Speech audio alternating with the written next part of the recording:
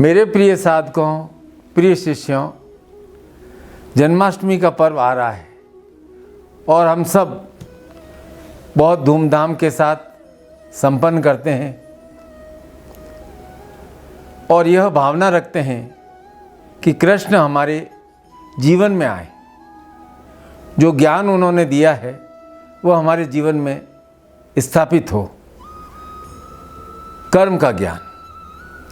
और भाद्रपद कृष्ण पक्ष की अष्टमी को भगवान श्री कृष्ण का जन्म कहाँ हुआ? कारावास में। माँ का नाम देवकी, पिता का नाम वसुदेव। और यह देवकी कंस की बहन थी और उनका विवाह वसुदेव जी से हुआ बहुत धूमधाम से। और जब विवाह के पश्चात विदाई हो रही थी तो आकाशवाणी हुई कि हे कंस, तुम अपनी बहन को खुशी खुशी विदा कर रहे हो, लेकिन इसी देवकी के गर्भ से जो 8वीं संतान होगी वही तुम्हारा अंत करेगी। कंस बड़ा विचलित हो गया, सोचा कि मैं कुछ ऐसा करूं कि ये घटना हो ही नहीं। इसलिए कंस ने देवकी को वसुदेव जी के साथ अपने यहाँ कारागार में डाल दिया। ये कथा आप सभी जानते हो। और कई तर्कशील प्राणी, कई बुद्धिजीवी तरह तरह के प्रश्न करते हैं कि भाई श्री कृष्ण तो आप भगवान मानते हो, तो कृष्ण का जन्म कारागार में क्यों हुआ? उनके माता पिता को कारागार में क्यों बंद होना पड़ा? कृष्ण उन्हें छुड़ा नहीं सकते थे क्या? देखो, ऐसा है कि हर ज्ञात के पीछे एक अज्ञात रहस्य अवश्य होता है। जब तक हम अज्ञात रहस्य को नहीं जान लेते हैं तब तक ज्ञात बातें कहानी की तरह लगती है। आप देखो, आप किससे देखते हो? आप कहते हो कि ज्ञात है कि आप अपने नेत्रों से देखते हो। सही है। अब मैं बताऊं, हम नेत्रों से नहीं देखते हैं। किसी वस्तु पर प्रकाश पड़ता है तब हमारे नेत्र उस वस्तु को देखने में समर्थ हो जाते हैं। अंधकार में हमारे नेत्र कितने ही खुले हों, हम ज्ञात वस्तु को भी नहीं देख सकते। जब तक हमें ज्ञात बातें पूरी तरह से समझ में नहीं आती है तो हमें वो कहानी की तरह लगती है कि भाई ऐसा कैसे हो सकता है। और पुराण इत्यादि में तो कथाएं कथाएं भरी हुई है। चलो, हमारे सनातन धर्म में सारी बातें कथाओं के माध्यम से व्यक्त की गई और उन कथाओं में भी अंतरकथा चलती रहती है। ज्ञानी लोग इन अंतरकथाओं को समझने का प्रयास करते हैं जिससे वे स्वयं शिक्षा ग्रहण कर सकें और अपने जीवन में अंतरकथा में जो बात है उन गलतियों को दोहराने से बचें। आज आप मुझे सुन रहे हो, आपके मन में भी आएगा प्रश्न कि भगवान के माता पिता को कारागार में बंद होना पड़ा और उनका जन्म किसी भव्य महल में क्यों नहीं हुआ, कारागार में क्यों हुआ? जैसे आपके मन में मनसा जागृत हुई ना, वैसी ही मनसा अर्जुन के प्रपौत्र जन्मेजय के मन में भी जागृत हुई। देवी भागवत महापुराण में 4थे स्कंद में इस संबंध में विस्तार से आया है। जन्मेजय ने श्रद्धेय वेद व्यास जी से पूछा कि हे गुरुवर, भगवान श्री कृष्ण तो सारे संसार के पाप बंधन काटने वाले हैं, समर्थ हैं, फिर उनके माता पिता को कारागार में क्यों आना पड़ा? तो वेद व्यास जी ने जन्मेजय को इस विशेष घटना को कर्म के आधार पर समझाया कि देखो जन्मेजय, ये जीवन का ध्रुव सत्य है कि हर जन्म कर्म के सिद्धांत पर ही आधारित है। कर्म ही बीज रूप में आत्मा के लिए शरीर की व्यवस्था करता है और उसके पश्चात यह शरीर इस जगत में अपने पिछले जन्मों के अनुसार अपने प्रारब्ध लेकर आता है। इस कर्म के सिद्धांत से कोई नहीं बच सकता, न देवता, न ऋषि मुनि और न ही मनुष्य। और कई बार तो बहुत विचित्र संयोग उत्पन्न हो जाता है जो गंभीरता से हम ध्यान दें तो अभी समझ से परे होता है। अरे ऐसा कैसे हो गया? ऐसा ही अद्भुत संयोग कृष्ण की माता और देवकी के देवकी के ये कृष्ण के पिता वसुदेव जी के संदर्भ में हुआ। बात ऐसी थी पौराणिक काल में कि महान ऋषि कश्यप अपने यज्ञ कार्य हेतु जल के देवता वरुण के पास गए और उनसे कहा, मुझे यज्ञ में आपके गाय की आवश्यकता है। वरुण देवता ने सहर्ष दे दिया, यज्ञ भी पूर्ण हो गया। अब वरुण देवता ने निवेदन किया कि ऋषिवर, मेरी गैया को मुझे लौटा दो। कई बार निवेदन किया, पर हुआ क्या कि कश्यप ऋषि को उस गैया से बहुत मोह हो गया था और वो गैया को वापस लौटाने में आनाकानी करने लगे। अब वरुण देव कश्यप से युद्ध तो नहीं कर सकते थे, गाय के लिए बहुत उदास हो गए वरुण देव। और उदासी में जब उदासी आती है तो फिर क्रोध भी आता है, और उस क्रोध में कश्यप ऋषि को श्राप दे दिया कि कश्यप, जब आप पृथ्वीलोक पर जन्म लेंगे तो जिस प्रकार मेरी गाय के बछड़े से उसकी माता को आपने दूर किया है, वैसे ही आपकी पत्नी अदिति भी अपने पुत्रों से दूर हो जाएगी। क्रोध में श्राप तो दे दिया, फिर ग्लानि भी आई। विचार किया कि सलाह लेने किसके पास जाऊं। ब्रह्मा के पास गए और उन्हें कहा, हे आदिदेव, मैंने कश्यप ऋषि को श्राप दे दिया है। अब सारी बात ब्रह्मा ने सुनी तो ब्रह्मा को भी बहुत आश्चर्य हुआ। उन्होंने कश्यप ऋषि को बुलाया, कहा, हे कश्यप, तुमने ऐसा अनुचित व्यवहार क्यों किया? आप सब जानते हो, ज्ञाता हो, ऋषि हो, उसके उपरांत भी आपने वरुण देव को उनकी गैया क्यों नहीं लौटाई और गाय को उसके बछड़ों से अलग कर दिया? आप तो सर्वज्ञ हो, फिर आपसे ऐसी भूल क्यों हुई? कश्यप ऋषि ने हाथ जोड़कर अपने दोष को स्वीकार किया और बोला, मेरे इस दोष कर्म में पहला बीज डाला लालच ने। क्या कहा? कि मेरे कर्म की भूमि में पहला बीज लालच ने डाला। लेकिन हे ब्रह्मदेव, मेरा आपसे प्रश्न है कि मेरी पत्नी आदिति ने तो कोई दोष किया नहीं, कोई भूल नहीं की, फिर वरुण देव ने आदिति को इस श्राप में भागीदार क्यों बनाया? आप मेरी बात पर ध्यान देना। वरुण देव ने कश्यप को श्राप दिया और कश्यप के साथ आदिति को भी श्रापित किया, जबकि उस समय आदिति की कोई गलती नहीं थी। क्यों श्राप दिया आदिति को? इसके पीछे भी एक बहुत बड़ी अंतर्कथा है, क्योंकि अदिति ने अपने पूर्व जन्म में जो कर्म किए थे उसका बीज अभी परिपक्व नहीं हुआ था। आप बहुत जानकार साधक हो, पौराणिक कथाओं को बहुत अच्छे से जानते हो। अदिति के पुत्र कौन हैं? इंद्र। और इंद्र बहुत बड़े योद्धा थे।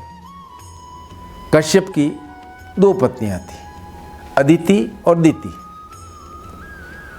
तो अदिति के इंद्र हो गए, तो दिति ने भी कश्यप से कहा कि हे पतिदेव, मुझे भी इंद्र के समान तेजस्वी संतान चाहिए। तो कश्यप ऋषि ने कहा कि हे दिति, आप इस हेतु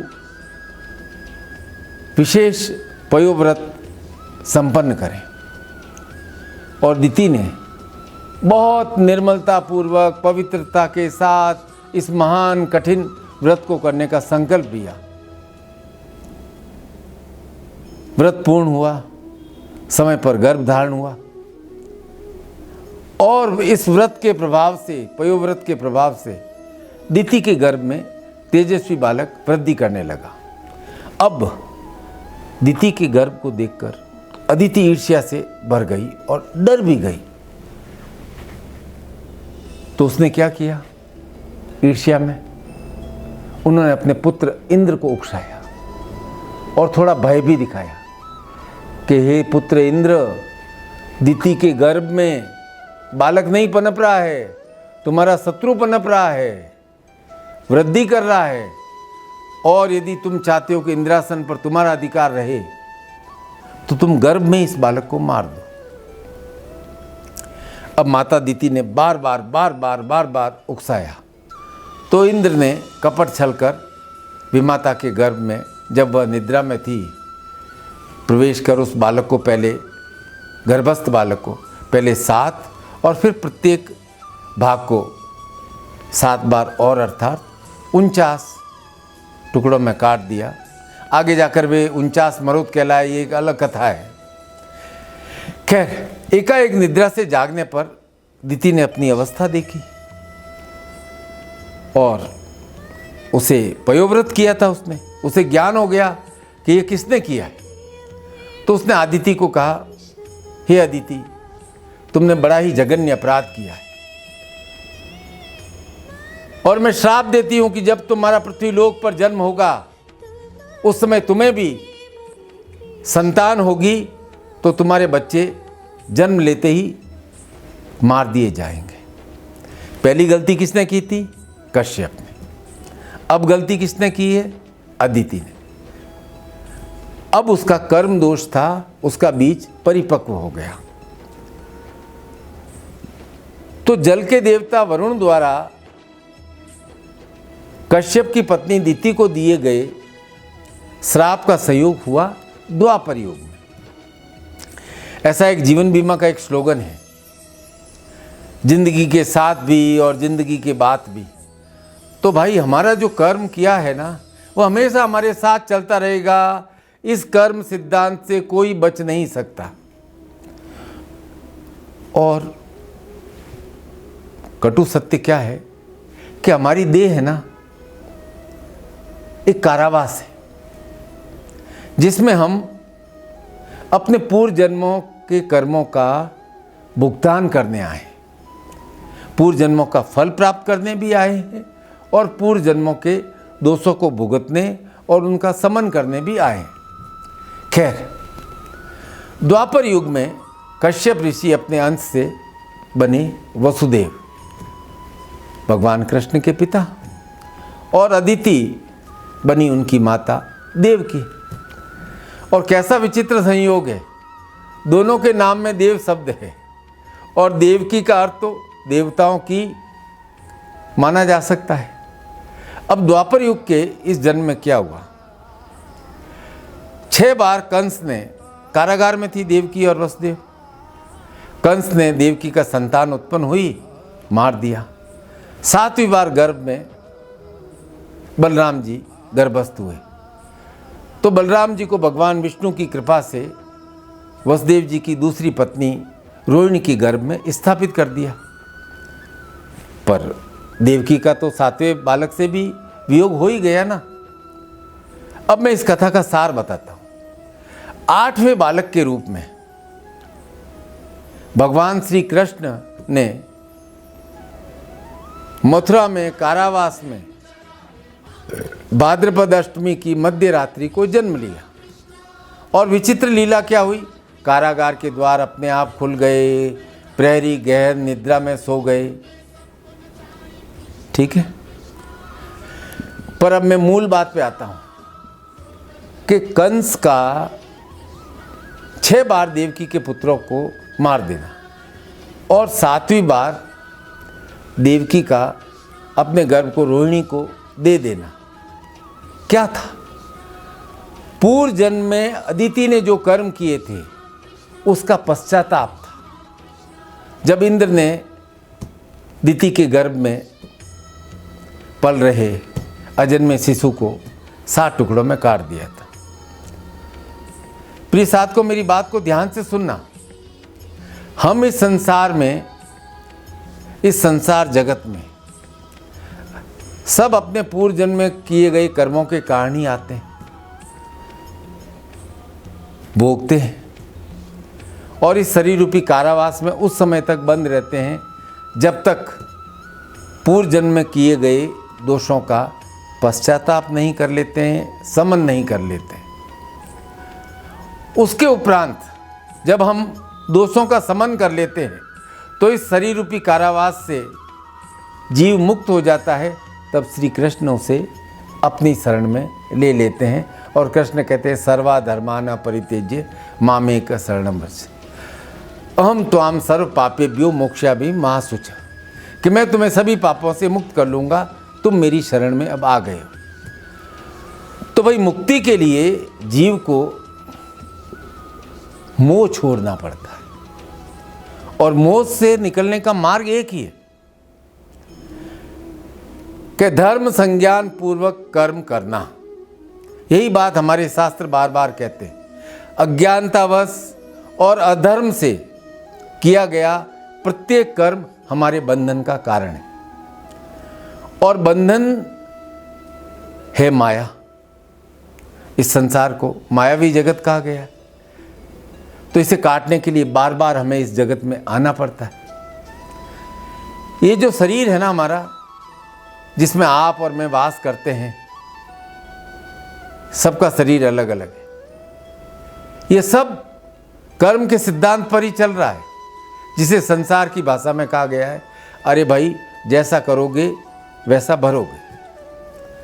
अभी जन्म किस कर्म में किया है, कैसा किया है, वैसा ही भरना पड़ेगा, ये निश्चित सिद्धांत है। एक छोटा सा उदाहरण बताता हूँ। एक स्कूल में छोटी बच्ची पढ़ती थी, वो सुंदर रबर बैंड लेकर के आई। टीचर पढ़ा रहा था और वो बालिका रबर बैंड से खेल रही थी। टीचर को गुस्सा आया, उसने बालिका के हाथ से रबर बैंड लिया और उसे तोड़ दिया। क्रोध आ रहा था टीचर को कि भाई बच्चा क्लास में ध्यान नहीं दे रहा है, तो उसने अहंकार से उस बच्चे के उस रबर बैंड के प्रति मोह को भंग करना चाहा, लेकिन छात्रा का मन टूट गया। घर जाकर बोली कि मैं तो इस स्कूल में नहीं पढ़ूंगी। माँ बाप ने दूसरी स्कूल में ट्रांसफ़र कर दिया। अब आप सोचो इस कहानी का और हमारी कहानी का क्या संबंध है। दूसरी स्कूल में ट्रांसफ़र कर दिया, वहाँ से जाना पड़ा। और अब देवकी का मन कैसा था, जिसने बार बार अपनी संतान को कंस को सौंप दिया। अरे भाई वो तो ईश्वर की माँ थी और कहा गया है कि देवकी अदिति अर्थात देव माता का स्वरूप है। तो उसने अपने बार बार अपने मोह को तोड़ने के लिए अपनी संतान को कंस को सौंप दिया। 1-2 बार नहीं, 7 बार। बात यह है कि 6 बार उसने प्रत्यक्ष रूप में और 7वीं बार परोक्ष रूप में अपनी संतान से अलग होकर देवकी ने क्या किया, उसके भीतर जो मोह था कई जन्मों पहले का, उस मोह का पराकाष्ठा का त्याग कर लिया और उसने अपने पूर्व जन्म के दोषों का परिणाम भी भुगत लिया। ऐसा है कि संसार में हर व्यक्ति को सबसे अधिक मोह संतान से ही होता है। और जब देवकी ने 7 बार अपने दोषों का पश्चाताप कर लिया, मोह को त्याग दिया, तब कृष्ण ने देवकी को अपनी शरण में लेना ही था। और तब देवकी के गर्भ से भगवान श्री कृष्ण प्रकट हुए। तो भाई जो व्यक्ति निष्काम भाव से कर्म के मार्ग पर चल देता है, वही कृष्ण को प्रिय है। एक और बात है, उसे ध्यान से समझना। 7 बार मोह भंग हुआ, इसका क्या अर्थ है? यह सप्ताह के 7 दिनों का सूचक है। 7 दिनों के सप्ताह से मिलकर पक्ष बनता है, पक्ष से माह बनता है, माह से वर्ष बनता है और वर्ष मिलकर जीवन बनता है। तो हमारा सारा जीवन सप्ताह के 7 दिनों के आधार पर चलता है। और भगवत गीता के माध्यम से भगवान श्री कृष्ण निष्काम भाव से हमें कर्म करने का संदेश देकर क्या कहना चाहते हैं कि हम सबको मोह से मोह के बंधन से निकलने का मार्ग भी बता रहे हैं। पर मोह को इतनी जल्दी छोड़ता है? आम लोगों को नहीं छोड़ता। देवकी तो देवताओं की माता थी, पर उन्हें भी मोह का त्याग करना पड़ा। और जब उन्होंने मोह का त्याग किया, अपने पूर्व जन्म का दोषों का समन किया, तब कृष्ण ने अपनी शरण में लिया। तो ये जन्माष्टमी पर्व क्या है? बहुत विशेष पर्व है। यदि आप भी, हम सब अपने जीवन के प्रत्येक 7 दिनों में मोह से अलग होकर निष्काम भाव से कर्म करेंगे तो श्री कृष्ण अवश्य मिल जाएंगे। श्री कृष्ण अवश्य मिल जाएंगे। हमारे जीवन के कारावास के द्वार अपने आप खुल जाएंगे। अरे भाई, 7 बार मोह भंग होने पर श्री कृष्ण को आना ही है। और श्री कृष्ण आए देवकी का 7 बार मोह भंग कर, और उसे देवकी को बना दिया निष्काम कर्म की प्रतिमूर्ति। निष्काम भाव से कर्म करो, ये संदेश भगवान श्री कृष्ण ने गीता में दिया। इसका अर्थ क्या है? कि आप अपने कर्म को फल की इच्छा से अलग कर दो। कर्म को फल की इच्छा से अलग कर दो। ये अलग करने पर गीता का सारा ज्ञान आ जाता है, मनुष्य मुक्त हो जाता है। और जब मनुष्य मुक्त हो जाता है तो उसके घर में, उसके मन में श्री कृष्ण आ जाते हैं। आप मेरी बात समझ लो कि आपका धर्म ये नहीं कहता है कुछ भी हो जाए मुझे तो करना ही है। ऐसा काम करने की धर्म छूट नहीं देता है, क्योंकि कर्म बीज है, और बीज ही नहीं रहेगा तो फल कैसे आएगा। तो इस संसार में सर्वत्र कर्मेभ्यो नमः की ही महिमा है, क्योंकि कर्म बीज है। पर उसकी प्राप्ति में, उसके फल की प्राप्ति में एकमेव बाधा क्या है कि मनुष्य में कर्तृत्वपन का भाव है, अर्थात कर्ता का अभिमान है। मैंने किया, ये मैंने किया, ये अभिमान का सूचक है। और कृष्ण का ज्ञान क्या है? कर्मण्येवाधिकारस्ते मा फलेषु कदाचन मा कर्म फल हेतु भूमा न संगतो रत्य कर्मणि। सुकृत कर्म हमेशा अभिमान को गला देता है, और जब अभिमान और अहंकार ही समाप्त हो गया तो पुराने बंधन अपने आप खुल जाते हैं और नए बंधनों का निर्माण बंद हो जाता है। तो हमारे कृष्ण हैं कर्म सिद्धि के स्वरूप। ऐसे कर्म जो हम धर्म पूर्वक करें, यह है श्री कृष्ण का पूर्णत्व कर्म सिद्धि स्वरूप। भगवान श्री कृष्ण का प्रकटीकरण आपके मन में हो, आपके घर में हो। यही कृष्ण जन्माष्टमी का रहस्य है। कृष्ण कह रहे हैं कि मैं अर्धरात्रि को आ रहा हूं तुम्हारे घर, तुम्हारे मन में।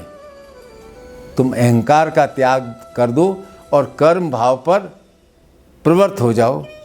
आप सभी को कृष्ण प्रकटीकरण उत्सव की, जन्माष्टमी की बहुत बहुत शुभकामनाएं, बहुत बहुत आशीर्वाद।